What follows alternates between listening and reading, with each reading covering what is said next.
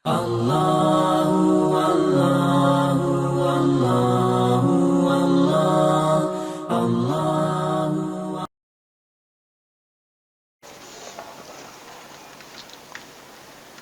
Innal hamdalillah nahmaduhu wa nasta'inuhu wa nastaghfiruh wa na'udzu billahi min syururi anfusina wa min sayyiati a'malina.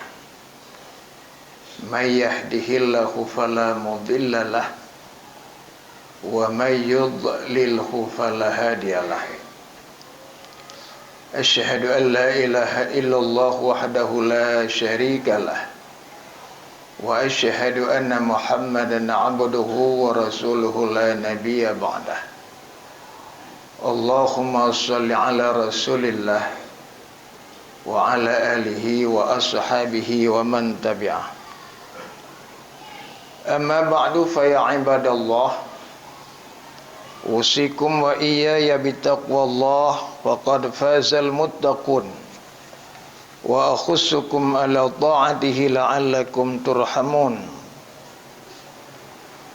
Wa qala Allah ta'ala fi kitabihil karim wa bihi yahtadil muhtadun. A'udzu billahi minasy syaithanir rajim. Bismillahirrahmanirrahim. Al-hajju ashhurum ma'lumat faman farada fihinnal hajj fala rafatha wala fusuqa wala jidala fil hajj wa ma taf'alu min khairi ya'lamhullah wa tazawwadu fa inna khairaz zadi taqwa wattaquni ya ulil albab. Sadaqallahul azim wa sadaqa rasuluhun nabiyul karim wa nahnu ala dzalika minasyahidin wasyakirin. Abu Imam Syekh yang ulun tuan muliakan, Badan Kemakmuran Masjid yang ulun tuan hormati, guru-guru saya semua, orang tua saya semua, hadirin jamaah Jumat yang dirahmati Allah Subhanahu wa taala. Ayat yang barusan saya baca yaitu ayat yang ke-197 di dalam surat Al-Baqarah, menceritakan berkenaan dengan keadaan sekelompok orang dari Yaman. Mereka berangkat dari kampung halamannya menuju ke Makkah Al-Mukarramah untuk menunaikan rukun Islam yang kelima, yaitu menunaikan ibadah haji. Berdasarkan riwayat daripada Ibnu Abbas, mereka berangkat tanpa membawa bekal apapun. Selama mereka di Makkah untuk melaksanakan rukun Islam yang kelima, semenjak dari bulan Syawal sepenuh, kemudian bulan Zulqa'dah, ditambah 10 hari di dalam bulan Zulhijjah, atau sebahagian ulama mengatakan sepenuh bulan Zulhijjah yang disebut dengan miqat zamani. Kira-kira dalam rentang waktu itulah mereka berada di Makkah Al-Mukarramah untuk menunaikan rukun Islam. Mereka mengatakan, kami tidak membawa bekal apa-apa. Nahnu al-mutawakkilun.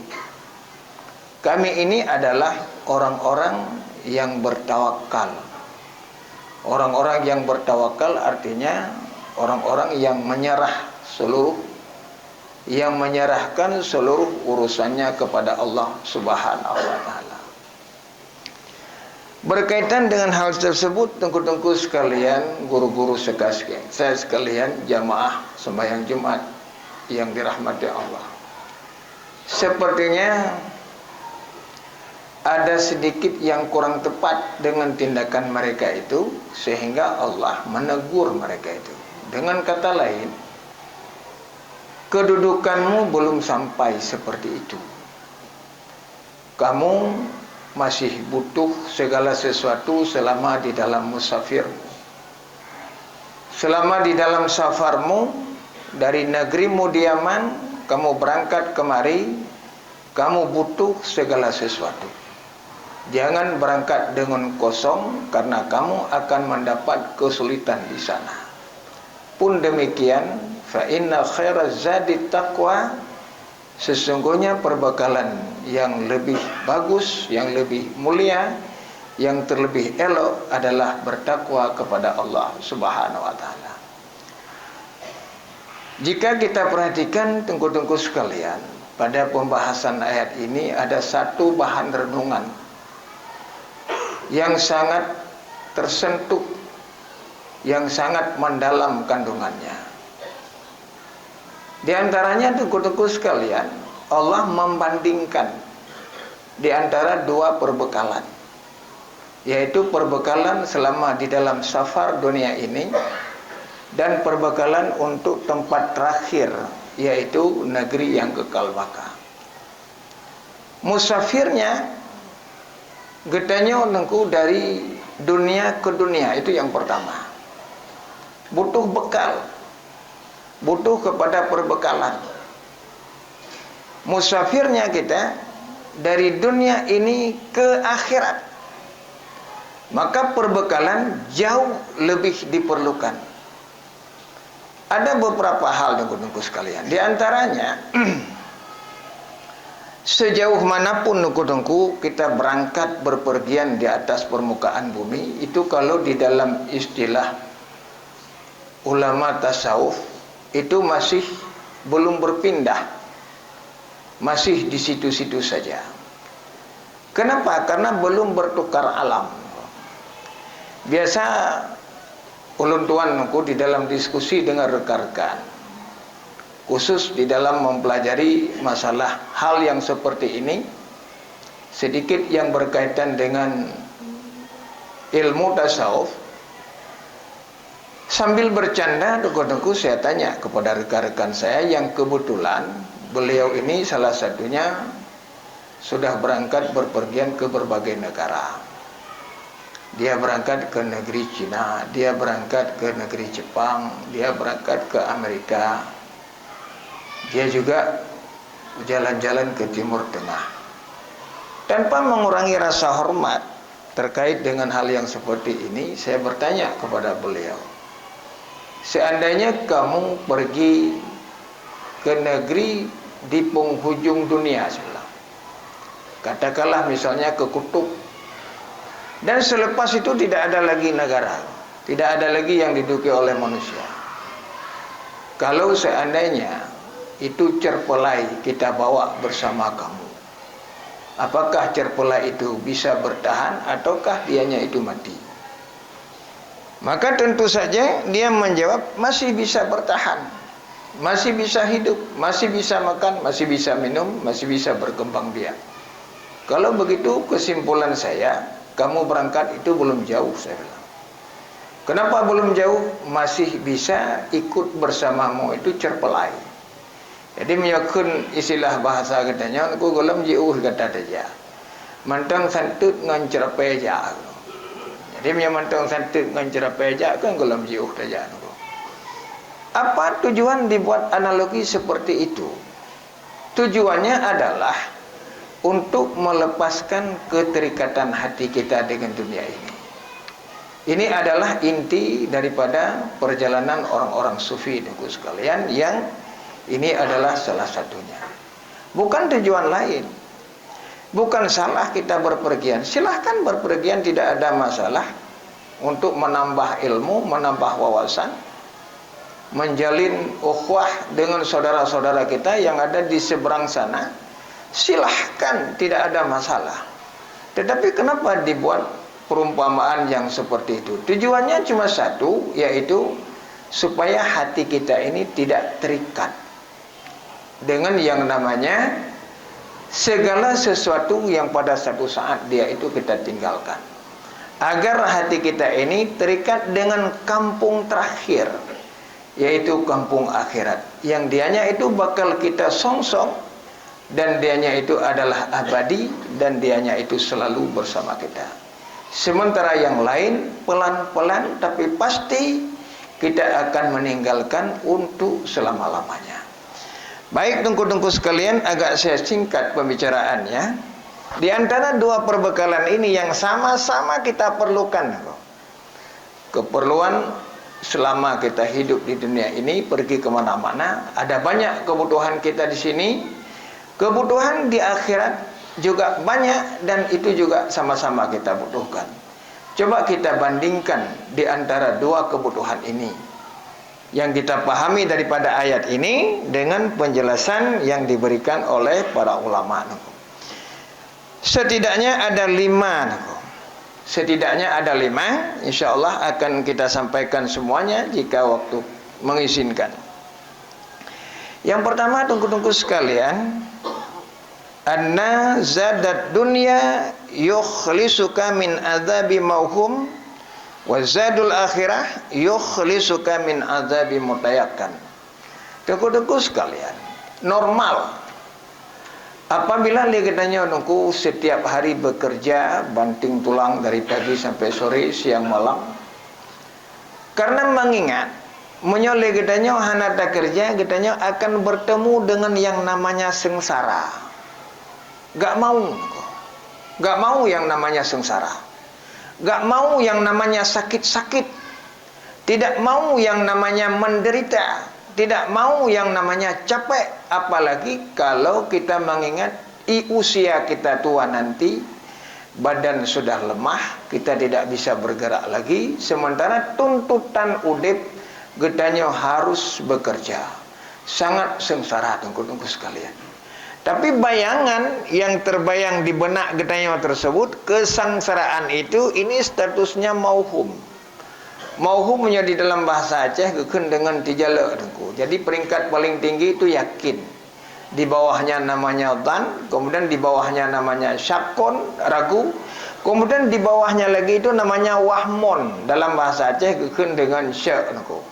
Yang terakhir itu tidak tahu sama sekali. Ya, ini namanya adamul ilmi. Wahmon artinya sekitar 25%. Sekitar 25% kemungkinan kesengsaraan itu bisa terjadi. Maka bercapai-capainya kita, bersusah-susahnya kita, berpenat-penatnya kita di dalam berusaha, mulai dari pagi sampai sore, kemudian siang dan malam, cuma untuk sekedar lari dari sesuatu yang mauhum, dari sesuatu yang benar-benar dianya itu yang tidak akan benar-benar terjadi. Bisa terjadi, bisa tidak. Kemungkinan terjadinya kecil. Ini namanya adalah mauhum. Sementara tunggu-tunggu sekalian, kesengsaraan akhirat, apabila bekal tidak kita persiapkan saat ini, kesengsaraan akhirat itu pasti. Bukan wahmon, bukan syakon, bukan madnun, tapi kesengsaraan akhirat itu pasti. Maka jika dibandingkan dua kesengsaraan tersebut, maka mempersiapkan segala sesuatu untuk kebutuhan akhirat itu adalah fa inna khairaz zadi taqwa. Tunggu-tunggu sekalian, Monyo yang nanjih ibadat, apakah itu namanya sembahyang, apakah namanya itu puasa, itu memang sudah jelas dianya itu ibadah. Artinya dianya itu bermanfaat untuk akhirat. Jangan dibuat dianya itu tidak bermanfaat untuk akhirat. Itu memang perbekalan untuk akhirat. Maka gedanya orang yang carem, gedanya orang yang memang brilian, gedanya orang yang cerdas, yang kedudukannya itu tidak kita bawa ke akhirat, tapi bisa kita bawa kepada akhirat. Ini yang harus kita lakukan. Sebagai salah satu contoh, masyarakat yang bermukim di dalam wilayah kemasjidan yang sangat kita cintai ini, Saya mendengar tadi ada pengumuman daripada panitia dan masih tertulis di situ ada pembebasan lahan. Ini adalah bahagian daripada tungku-tungku sekalian kesempatan katanya untuk membekali diri untuk kepentingan akhirat. Katanya yang mantang udip ada harta sebahagian kita sisihkan, enggak usah banyak-banyak kali. 2,5% saja cukup. Dan bila perlu kita buat satu usaha, misalnya ada 10 orang kita berkongsi di situ, kemudian satu saham lagi masukkan masjid, maka akhirnya jadi ada 11 penanam modal di situ.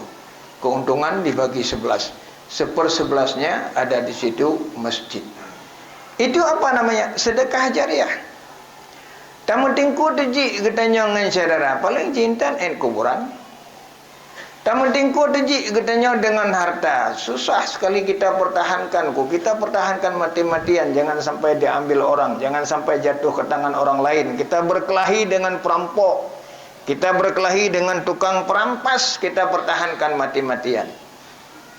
Harta katanya ke dalam keadaan sakit mati. Hubungan katanya dengan harta sudah mulai longgar. Kita mau mempergunakan bebas nggak bisa lagi, mau kita wakafkan nggak bisa lagi semudah dulu ketika kita masih sehat. Mau kita hibahkan juga tidak seleluasa lagi dari dulu. Kenapa? Karena kita sudah di dalam keadaan sakit mati. Dalam keadaan sakit, kalau menurut keputusan dokter ini bakal mati. Begitu katanya pasti mati, tengku-tengku sekalian, terlepas. Tidak ada lagi hubungan kita dengan harta. Kecuali yang berkaitan dengan utang piutang, kemudian persoalan tajhiz mayat, kemudian persoalan wasiat kalau ada anku. Cuma 3 perkara itu saja. Selepas daripada itu, getanya gelah habis dengan yang namanya harta, maka harta getanya akan difaraidkan oleh ahli waris yang kita tinggalkan. Hal yang sangat menyakitkan nuku-nuku sekalian, mereka yang menikmatinya, kita yang membuat pertanggungjawabannya. Ini adalah bahagian yang sangat tidak menyenangkan. Jadi pagi banjir temanku, getanya berkreat. Bagaimana mana berkreat nunggu harta getanya baik coy go nunggu. Pagi banjir berik ke getanya mendum-mendum. Bagaimana caranya? Selama hina di dunia getanya tak pakai kedua, ketika tanya dalam alam barzah, harta itu bawa pulang juga. Cuma caranya saja yang berbeda. Bagaimana caranya? Salah satunya adalah dengan berinfak. Mewakafkan harta itu untuk kepentingan agama, mewakafkan harta itu untuk kepentingan rumah ibadah, mewakafkan harta itu untuk kepentingan umat Islam pada umumnya. Ini adalah jalan supaya harta kita ikut bersama kita, tengku-tengku sekalian. Kenapa? Ini adalah bahagian daripada perbekalan untuk kepentingan akhirat yang kesengsaraan di sana mutayakan. Maka dari saat ini kita persiapkan tengku-tengku sekalian. Kemudian yang kedua tengku, an-nazadad dunya yukhlisuka min azabim munqati' wa zadul akhirah yukhlisuka min azabid daim. Tengku-tengku sekalian, selama udip getanya di atas permukaan bumi, katakanlah bahagian yang kita peroleh itu tidak begitu menyenangkan, tidak begitu baik. Kita hidup di bawah garis kemiskinan, sengsara memang kita. Rumah kita tidak punya, mau kemana-mana juga tidak ada harta. Kita tumpangi kereta orang, mungkin mereka enggak kasih. Kita hanya hidup dari belahan kasih sayang orang lain, minta sana minta sini, mungkin tengku-tengku sekalian. Dan itu memang sangat menyakitkan. Tidak ada orang yang bilang itu senang, sakit. Tapi sakitnya tengku-tengku sekalian ada garis finishnya. Dia pada satu saat akan berakhir. Kalaupun kitanya tengku mungkin udip hana saudara, tapi ketika kitanya mati, masyarakat lingkar tengku kan hai icum cit bekek menyetanya tengku. Maka tetap mereka itu bertanggung jawab untuk menguburkan, melakukan fardu kifayah tengku-tengku sekalian. Artinya kesengsaraan yang kita derita selama katanya udip di atas permukaan bumi, dianya itu akan berakhir. Akan berakhir. Bagaimana dengan kesengsaraan akhirat?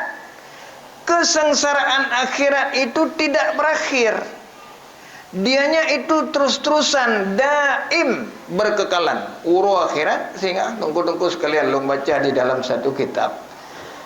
Yang namanya mati, dibentuk dalam satu bentuk binatang, kemudian dipamerkan di hadapan umat manusia. Dikatakan, hari ini mati, yang namanya mati tidak ada lagi, sudah dimatikan. Cuma tinggal satu saja yang namanya hidup. Maka menyorot gedenya di dalam surga, hana mati itu, karena mati sudah dilenyapkan, yang tinggal cuma satu, yaitu hidup. Sebaliknya duku-duku sekalian, na'udzubillah, summa na'udzubillah. Kalau sempat singgah ke neraka, di neraka pun di sana tidak ada yang namanya mati. Yang hanya adalah hidup. Maka duku-duku sekalian, sebelum bertemu dengan yang namanya kesengsaraan yang abadi, kita masih ada kesempatan untuk mempersiapkan bekal menghindari daripada kesengsaraan tersebut.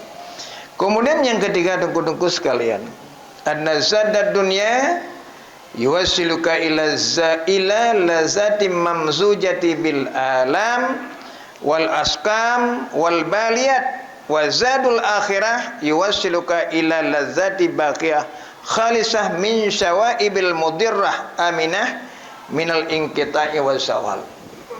Tengku-tengku sekalian, perbekalan katanya udip atau permukaan bumi, apakah itu dalam bentuk makanan ataukah dianya itu di dalam bentuk minuman, tidak ada satupun yang aman. Tidak ada, tengku. Semuanya bercampur dengan yang namanya penyakit. Tidak ada yang aman. Coba tanya sama dokter, ada enggak makanan yang memang benar-benar aman, tidak ada masalah kalau kita makan? Lihat apa jauh dengku sekalian, bisa saja gula kita naik. Akhirnya ujung-ujung kena penyakit gula. Olehnya lihat apa jauh yang masam-masam dengku bermasalah dengan asam lambung, bermasalah dengan yang namanya kolesterol, bermasalah dengan yang namanya ginjal, rusak pankreas kita. Akhirnya menjalar kerusakan itu ke seluruh tubuh nengku sekalian. Ada kri berangkaban jai dapat sapat, ada kri berangkaban sungguh dapat sapat nengku. Yang ahote dapat jauh, yang aman pasti tidak ada. Bagaimana dengan perbekalan akhirat? Tidak ada yang namanya penyakit. Tidak ada yang namanya mendatangkan mudarat. Tidak ada yang namanya membawa kepada kesengsaraan. Ditinjau daripada dua perbandingan ini juga, fa inna khairaz zadit taqwa. Maka sebaik-baik perbekalan itu adalah bertakwa kepada Allah Subhanahu wa taala, yaitu dengan melaksanakan seluruh perintahnya dan meninggalkan segala bentuk larangannya.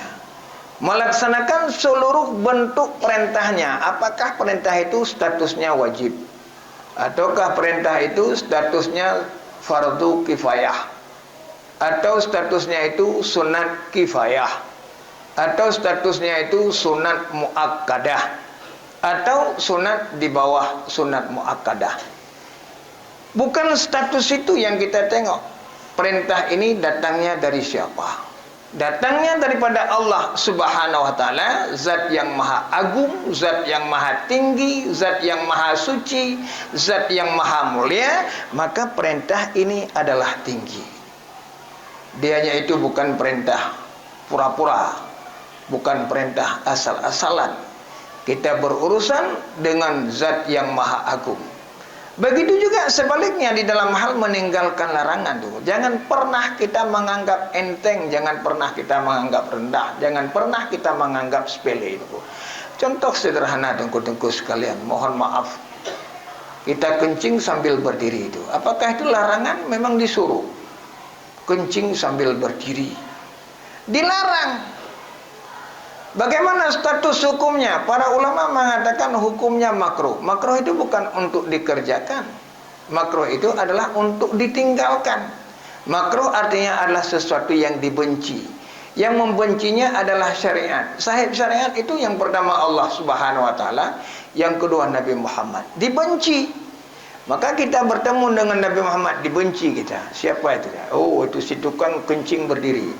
Bertemu dengan Allah Subhanahu wa taala, geser dia sebentar. Kenapa? Enggak suka saya tengok dia. Kenapa? Dia tidak mengindahkan larangan saya. Kenapa ini jadi persoalan besar? Karena larangannya datang daripada Allah, larangannya datang daripada nabinya. Jadi bukan persoalan kecil, ini adalah persoalan besar. Hanya orang-orang yang berhati kerdil saja yang memposisikan persoalan ini adalah sebagai persoalan kecil. Tunggu-tunggu sekalian, ini kita singgung sedikit yang menyangkut dengan perjalanan hati. Kemudian tunggu-tunggu sekalian, makanan yang kita makan di dunia ini, tunggu-tunggu sekalian, kita katakanlah dianya itu enak, kita katakanlah dianya itu sedap, enak. Tapi ada kri berangkapan mangat makanan yang tapajuh, nunggu-nunggu sekalian, berapa lama bertahan itu enaknya nunggu. Maka lungkirai nunggu-nunggu sekalian, ada tadi kedi mangat masakan yang itagun leureng tagun yang punya pengalaman internasional, nunggu-nunggu sekalian, mangat ji nunggu hana lebih bak si punyok saya. Etna mangat ji nunggu yang ke ejak lang rekung saya. Kon mangat ngantak kon mangat ngan ta combe ya, kon mangat ngan ta pasolang babah ta mamah. Tapi mangat ji yang ke awat tak umat nunggu. Awat tak umat nyampi berijak be idang nunggu, mi idang melingai nunggu. Dan be tajam ijab nyampi ur nunggu. Jadi etna mangat mi ta yang legop. Kri berangkapan mangat, kri berangkapan mahai, mangat ta lebih eno nunggu. Yang kaya punya saya nunggu. Lebih banyak nak mangat lim. Yo kata dalam perut engkau mah cakap. Yo kun ke mau tem dagang jamun berjih. Ada tukok dah sampai sabanci nyo menu. Nyam yo kai dah malam perut engkau. Maka makanan hina dunia engkau. Kri berangkapan dah pegah. Yang keenan sagai mangat hal lebih. Mangat dah sup pakaian hal lebih hajit. Mangat dah duk motor hal lebih hajit engkau sekalian. Siap sagai mangat. Oh teh gop mangat gop engkau. Tanya tak mangat dah gop engkau. Maka urang jak berjalan, urang jak lambelang ke kalan mangat urang duk motor. Urang duk lam motor ke kalan urang pajuh bulan belang ke pengah pajuh bulan belang aku. Jadi kesimpulan je nunggu patah pa mangat bahana kedayon aku yang kehinan makan aku. Jadi urusan lam dunia seperti itu. Maka kita perhatikan kepada pembahasan mereka itu nunggu sesuatu yang sangat konyol nunggu. Sesuatu yang sangat tidak menyenangkan. Apabila kita tababih pikiran, tababih tenaga untuk kepentingan dunia semata-mata tanpa memperhatikan persoalan setelahnya yang jauh lebih besar dan jauh lebih dahsyat. Maka nunggu-nunggu sekalian, mudah-mudahan dengan sedikit bahan renungan daripada pribadi lun bermanfaat kepada pribadi lun terutama, dan juga bermanfaat kepada tengku-tengku sekalian. Amin, amin ya rabbal alamin. Alhamdulillahi rabbil alamin. Wal aqibatu lil muttaqin wala udwana illa 'alal zalimin. Allahumma shalli wa sallim ala sayyidina Muhammadin asyrafil anbiya'i wal mursalin wa ala alihi wa sahbihi ajma'in.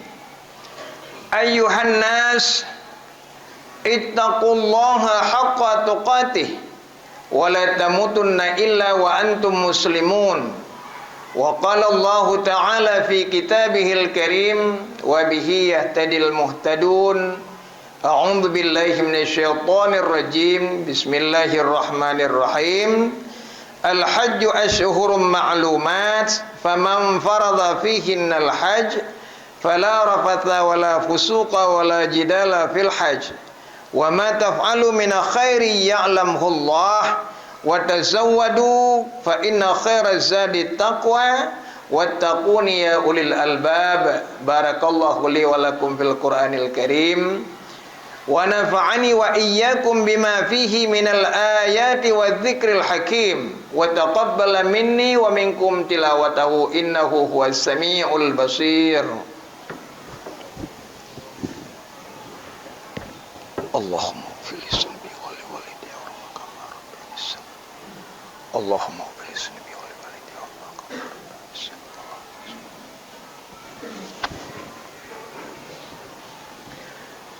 Alhamdulillahi rabbil alamin wa bihi nasta'inu ala umuri dunya waddin wa la hawla wa la quwwata illa billahil aliyyil azim. Allahumma salli wa sallim ala sayyidina Muhammadin asyrafil anbiya'i wal mursalin wa ala alihi wa sahbihi ajma'in. Amma ba'du fa ya ibadallah, ati'ullaha wa ati'ur rasuli wa ulil amri minkum. A'udzu billahi minasyaitonir rajim. Bismillahirrahmanirrahim. Qul huwallahu ahad, Allahus samad, lam yalid wa lam yulad wa lam yakul lahu kufuwan ahad. Allahumma ighfir lana walil muslimina wal muslimat wal mu'minina wal mu'minat al ahya'i minhum wal amwat. Rabbana la tuzigh qulubana ba'da idh hadaitana wa hab lana min ladunka rahmatan innaka antal wahhab. Rabbana la taj'al musibatana fi dinina wa la taj'alid dunya akbar hammina wa la mablagha ilmina wa la tusallit alaina bi dhunubina man la yakhafuka wa la yarhamuna. Rabbana zalamna anfusana wa illam taghfir lana wa tarhamna lanakunanna minal khasirin. Rabbana atina fid dunya hasanah wa fil akhirati hasanatan wa qina azaban nar. Walhamdulillahi rabbil alamin. Wala zikrullahi akbar wa aqimus salah rahimakumullah.